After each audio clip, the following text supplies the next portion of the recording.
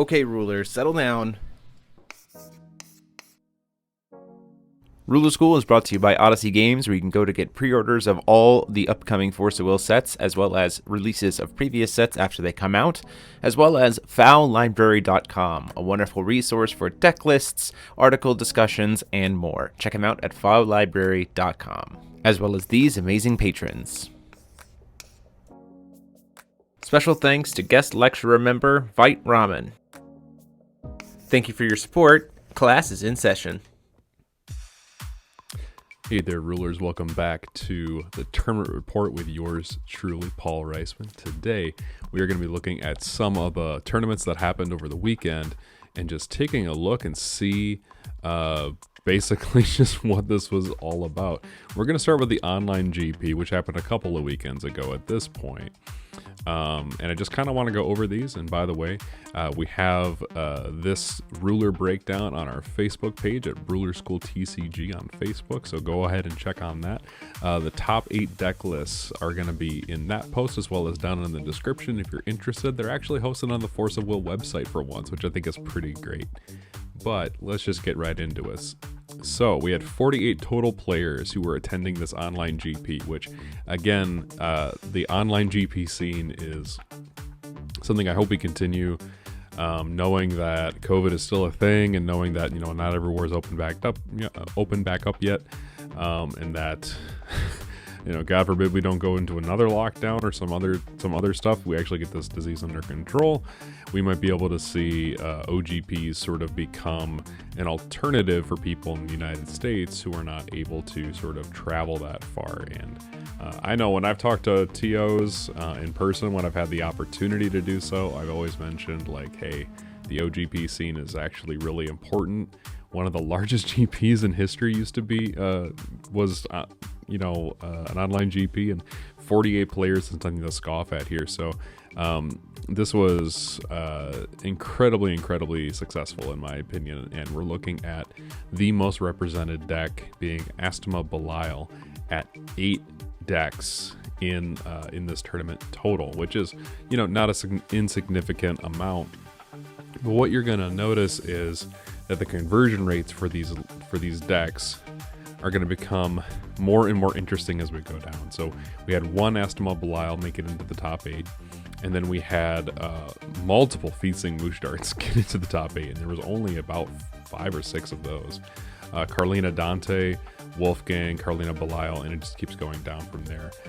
Belial Dante, the deck that made the top 2 in the last event, was only represented by 2 decks, and I think that's because with a wide open season like we saw back in Minnesota, playing it safe, doing some wacky combo things, playing a combination of rulers that people weren't exactly expecting, gave the Bremont gang a little bit more of an edge in the way that they were sort of planning for that GP. This time, all 3 Bremonts played Feasting Mujdart, and all 3 made it into the top 8. So let's go over and check on that, and let's just really quickly make sure that I'm actually lined up for you all.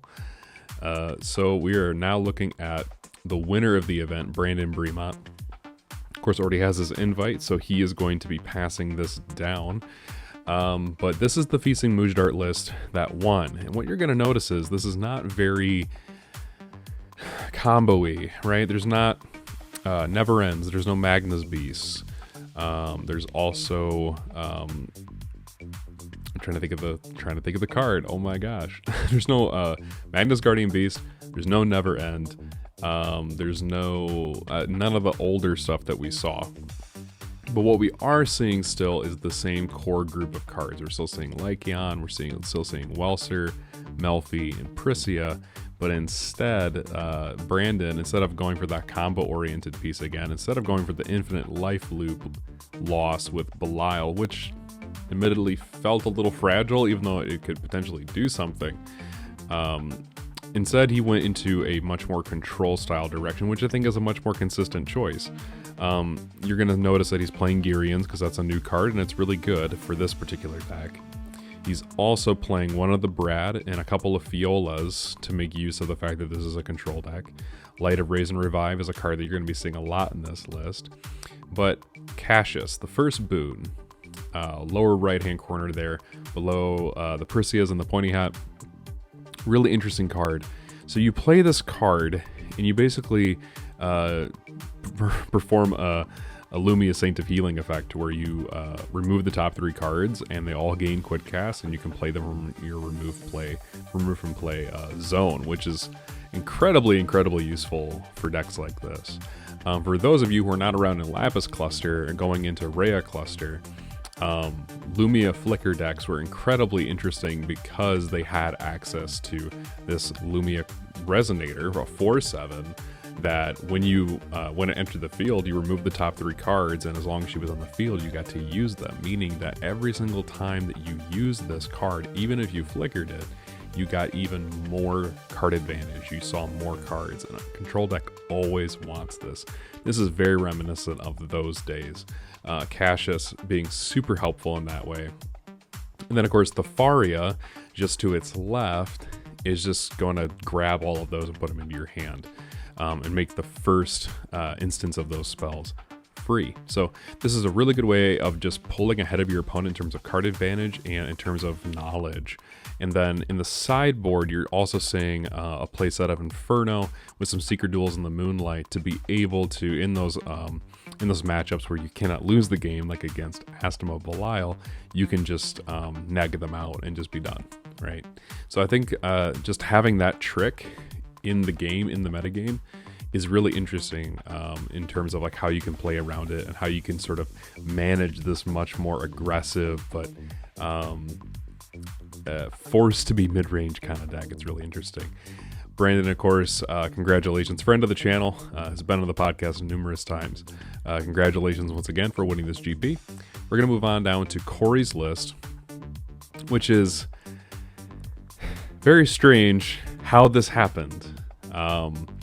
And I'm not sure how to analyze this deck because I've only seen one instance of this ruler combination before, and Asmodeus Carlina actually getting into the top 2, it's worth taking a look at. Asmodeus, in my opinion, was one of the more interesting rulers, kind of like Beatrice, but it wasn't actually going to do anything just because it was kind of color restricted. Its support was a little off. It seemed a little strange. But what you're going to see is that Corey was able to just put that to great effect. So, of course, you have your sideboarded stand. So in case all of your rulers go astral, you can just make it so that you basically have no issues going forward with his God's Art. Of course, this is a 60 card main deck because it has to be with Asmodeus. And so things like the Healing Robot are actually kind of interesting. If you see this in your opening hand, you can actually cast the Healing Robot after doing the Asmodeus God's Art, and all of a sudden you've gained a whole bunch of life. You basically are playing with Almirius at that point. And so this card actually does that really interesting combo. Magna's Guardian Beast works really good in conjunction with Carlina, especially on turn 1, getting a Rhea and a Pierre, or Rhea and a Transformed, or Rhea and a Healing Robot, or Rhea and a Terrible Wall. Wall of Terror. Can't really quite remember the name of that card right now, right off the top of my head for some reason. But Magna's Guardian Beast as a turn 1 play seems really good. Witch of the Fallen Kingdom is also just an amazing darkness card in today's metagame. And then, of course, you have 4 copies of Light and Raisin Revive. In this deck, that's incredibly fun because you get to just basically feast on the stuff that is already removed from game in this instance. So it's really interesting that this deck came together and actually got into the top cut. And then, of course, you're seeing a couple of really different cards, Table Manners, the Cinderella card, the Asmodeus Demon, just a whole bunch of really interesting, really fun, bizarre but amazing cards all at the same time. So congratulations to Corey, and thank you for piloting this deck. This thing looks amazing, and I can't wait to actually try and pilot it myself. I don't know what this is gonna do, but I'm interested to play it myself. Next we have Daniel, who got top 3, and this is your classic Carlina Dante. This is something that we saw a lot of variety. This does not necessarily look like a turbo stand build, although the ability for him to just play the Jewel boon is really, really solid as well. So in this situation, he's using Izanami to revive things 3 costs or less, like his Virgils, his Brads. Well, his Brads wouldn't go to the graveyard, so that's never mind. Don't worry about that. And mostly, I would imagine his Brads are coming. His Virgils are coming back to the field. And other things that are going, like his Lars and his sideboard and things like that are going to the graveyard in games 2 and 3. So Izanami in here is really interesting. It's a good way of like extending your Virgils and making them more sticky than they were before. Even if they die, you can just bring them back. And then Light of Raisin Revive again to just sort of bring back your own Virgil. If things get removed, you can bring those back as well.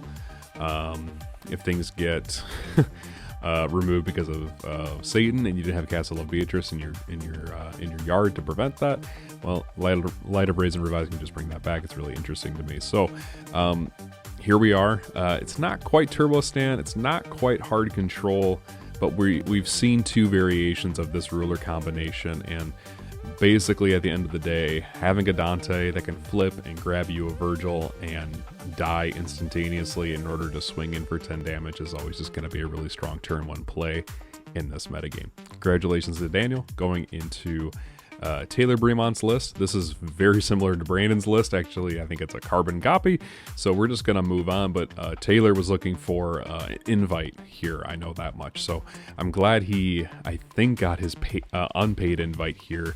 So he and Ian and Brandon all have invitationals to Worlds whenever that might be again.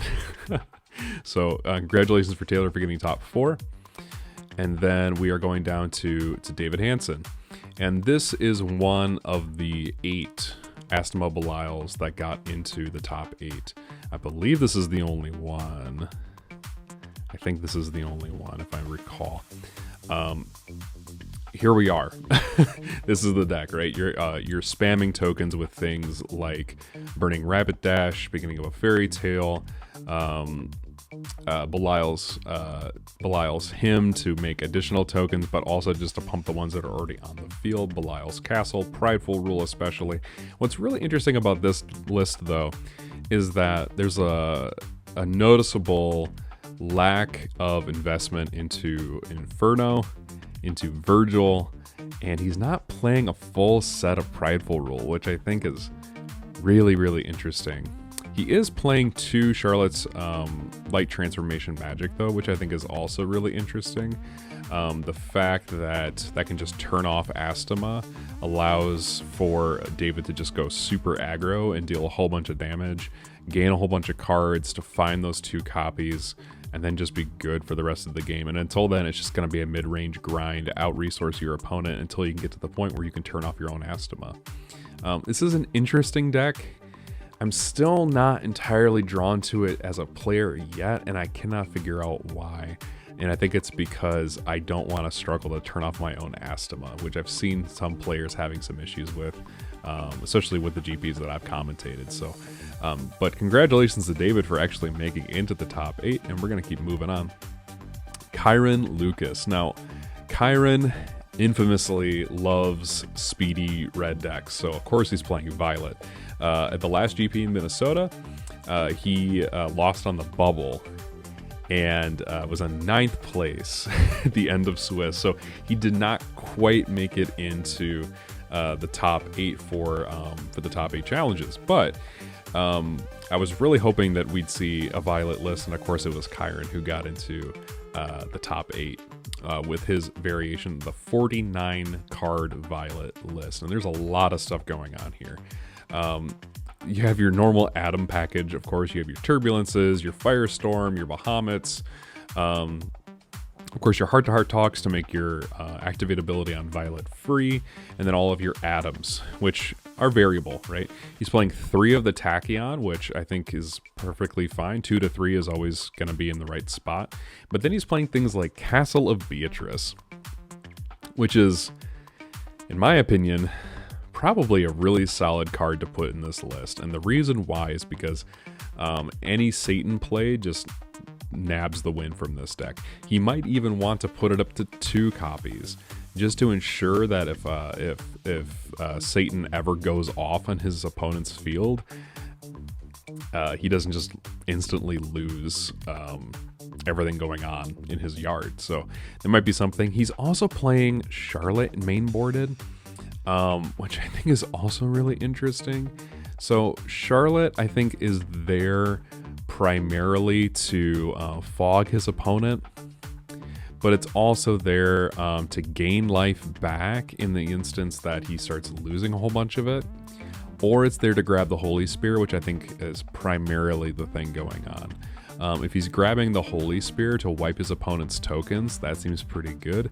I know for playing Violet, even just at locals a little bit, if Violet gets muscled out by tokens, that can be hard to push back from. So this is probably also why he's playing Amadeus Crystals alongside his 6 Sage Stones in order to give him more access to white. Of course, you're looking at Death Scythe as well. Death Scythe as a card, you can discard it with Violet's effect, and then you can bring it back to your hand by banishing 3 cards in your yard that you don't need anymore, which is, you know, a really good way of not only recycling it with Violet, but it's also a good way of getting certain things into the RFG for you to either put back with Healing Robot, or to fuel your Bahamut effects, or to do Firestorm effects to lengthen the damage of the Firestorm effects. It's a little tricky to play this card just right, but there is something really interesting about that as well. And of course, he's playing the 1 Allosaurus in the board as well. So this is a very, very interesting 49 card Violet list. This seems, to me, 49 cards seems like a lot, but of course in Violet you are drawing a whole bunch too. And I'm just glad that we finally have Violet in a top 8 that is not either winning or in the top 2 against Defeat the Mooj. Like, I'm just happy about that. So congratulations to Kyron for getting into top 6. And then we're looking at Iains List, which is once again exactly like Brandon Bremont's. So we're just, yeah, Ian used to be on Belial Dante, which was what he was playing in Minnesota, but he pivoted just like his brother into playing this variation of the deck. So congratulations to Ian for getting into the top 8 once again. And then last but not least is Thiem. And I'm gonna just move this up a little bit, just so you can see it a little bit easier. So this is another Feasing Moojdart list with some variations compared to the Bremont's list. Considering all 3 Bremonts made it into the top cut, should say something about the control value that comes from this ruler combination.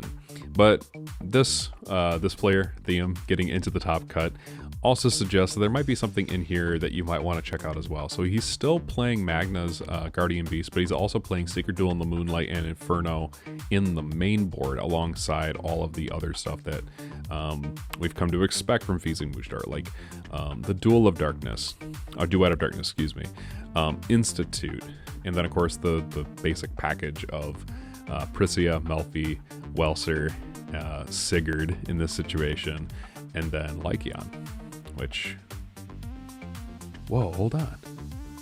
He's not playing Lycion, is he? That's really interesting, isn't it? Yeah, so think about this, guys. You can actually play this deck and not use Lycion. Fascinating. And you can still get into the top 8. So then that changes the conversation, right? So what is the value of Prisia and Melfi in a deck that doesn't need Lycion to do relatively well? And it could come down to his matchups. It could come down to just the way that the cards fell, that the way that the Swiss rounds fell to the point where he was in the top 8 and got all the way down here. He might have changes. He might have wished he played Lycion. But I just think it's interesting that this deck is not playing the one card people hate the most in this deck. And that is, in fact, the card that makes things free. So anyway, guys, I hope that you found this this first tournament really interesting, because we're going to go on to a second one here. And we're going to look at the Wanderer tournament over in Barcelona. We are here on Foul Library. Shout outs to Dennis for getting all of this stuff up there and ready for us to look at. I'm also just going to move this over just a little bit, and we are going to adjust to try and give you the best view of this deck as we possibly can. And so we're looking at a for some reason I was reading this very strangely, sorry. So a Carlina Dante deck won the Wanderer event in Barcelona, Spain. And what you're going to notice about this is, again, and I've been kind of saying this about Wanderer for a little bit, that the reason Wanderer is the way it is because we continue to see different, more innovative cards, more powerful cards coming into the game. And that's normal for a trading card game for us to see that. It happens in pretty much every Eternal format. As far as I'm concerned, this has been the way that Yu-Gi-Oh! Has been for the last 20 years of its existence. And so we're probably just going to see this continue to be pushed. But there are cards that are just going to have value that are going to stand the test of time. What we're going to see here, though, is that there are going to be some new cards integrated with some older ones, especially things like Lorite. So in this particular build that won, it does not appear that Lorite was really making a big appearance here, which is kind of interesting. Kyogi's Moonbeam Butterfly is a card that I know that on the channel we've been talking a lot about, especially in relationship to Carlina, because you're able to fetch anything you want out of the deck and do so with relative ease, right? You can play this card and make it uncancelable with Carlina's God's Art, and so you're able to grab things like, excuse me, you're able to grab the new 2-drop Pharesia. You're able to grab the original Abdul Poet of Madness, which is really fun. You're able to grab your Virgils and some other cards that are going to be really important for this deck in order for it to play against the meta. You're also able to grab things like Castle of Carlina, and in order to protect your plays, you're going to use things like Loki's Insight to pick all of the Seal of Wind and Lights, all of the number 13 anti-magics out of your opponent's hand, and just secure your plays. And I think this is a very interesting variation on what we've been affectionately calling this version of the deck, Carlina Box or Hungry Box. So check this out. Again, it's going to be one of the links down in the description down below, but we're going to keep moving on as well. And we're going to also see something very similar. Variations are going to play different giants. There are going to be some variations in the chants. Some will play. Excuse me. Just getting a little winded here. Some are playing Moonbeam Butterfly and some are not. Some are playing 13 Anti-Magic over Seal of Wind and Light and some are not. But this is kind of what you're going to be seeing as we go into an Eternal format structure like Wanderer. There's going to be a lot of variation on how decks can come out, but at the same time, you're going to see a lot of decks pushing for the same engine. In fact, this deck is running 4 Lorites compared to the last deck, which was running 0, which I think is really fascinating. But we're also going to move on and see that Violet is a card that you need to be looking at in Wanderer as well. Again, this is a blue Violet list. They're playing Electo instead of just going hard into atoms. But this is a variation that can do some interesting things as well. You're able to see things like Death Scythe and Gleipnir being played, being able to sort of edge your opponent out in terms of control. And then, of course, Avenger of Amadeus. Let's just read this card, shall we? Because I don't think anyone knows what this card is doing, and we can't even read it. What basically this card, it will never go to the graveyard. It'll just keep getting recycled. How many times did you think you were going to see this card in competitive play? For me, it was 0. But it got 3rd place at a Wanderer event in Spain. So this is the great thing about Wanderer in combination with all of these other rulers that you could potentially have, either old ones or new ones, depending on the needs of the format, depending on the powerful cards in the format.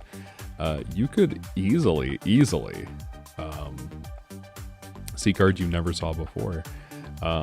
Like Avenger of Amadeus, relatively new card, but was pretty much just dissed by the community as being one of those joke cards, but it's here. Just for its unique and interesting effect. If it's ever put into the graveyard from anywhere, just put it onto the bottom of your deck. It's very fascinating. But we are here. Charlotte's Protector making itself back into this deck. If you don't remember this card, this is a card that Charlotte would discard to draw additional cards back in Lapis Cluster. So I mean, like, we are seeing some really interesting, really fascinating cards being used here. We're gonna keep moving on though, because I want you all to see the decks here. It looks like we have a classic Violet Bahamut shenanigans situation going on here as well. Although this deck is playing only 2 Atomic Bahamut, which I think is really fascinating as well. Basically your standard Violet list. Nothing much more to say here other than the Castle of Beatrice in the sideboard, the 2 ofs.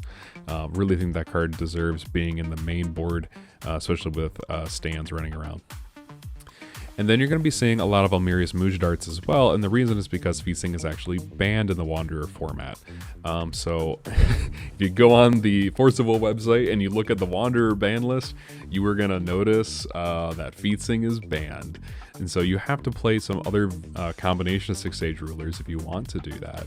And this is just your basic control with Part of True Power, Look of Corruption, Evil Elemental Uprising, remove your opponent's graveyard without them being able to chase, which is kind of nice. It only plays a couple of cancels in anti-magic, which I think is also really interesting. But this is essentially just edge your opponent out in terms of control and resources. This is pretty much all you're doing with this deck. Moving on, we see another very similar variation, although Loki's Insight, Farrer's Spell, more cancels in this variation of the list. Mysteries of Almerius to bring stuff back. This is very fascinating how this all works out. So congratulations to Alejandro feeling 6th. We're going to keep moving on through this though, because for the most part these decks are going to be doing the same thing with just different deck lists. And then again, another Electo Violet, Blue Violet variation. And then finally we have Ignacio with his Almerius Mujdart. I almost said Feasting Mujdart. Almerius Mujdart. Basic control list once again. So just want to thanks to you guys for joining us here on the Tournament Report. Remember to like, comment, and subscribe. Check out all of the links down in the description down below, and go to our Facebook page if you want all of these resources once again. And just let me know, is there anything that you're noticing in the format of New Frontiers or in Wanderer that is making you feel more or less interested in the game? Just let me know down in the comments. We'll just chat. You know I love when you guys go down in the comments and chat with me. So I will hopefully see you there soon enough. This has been Paul, signing off.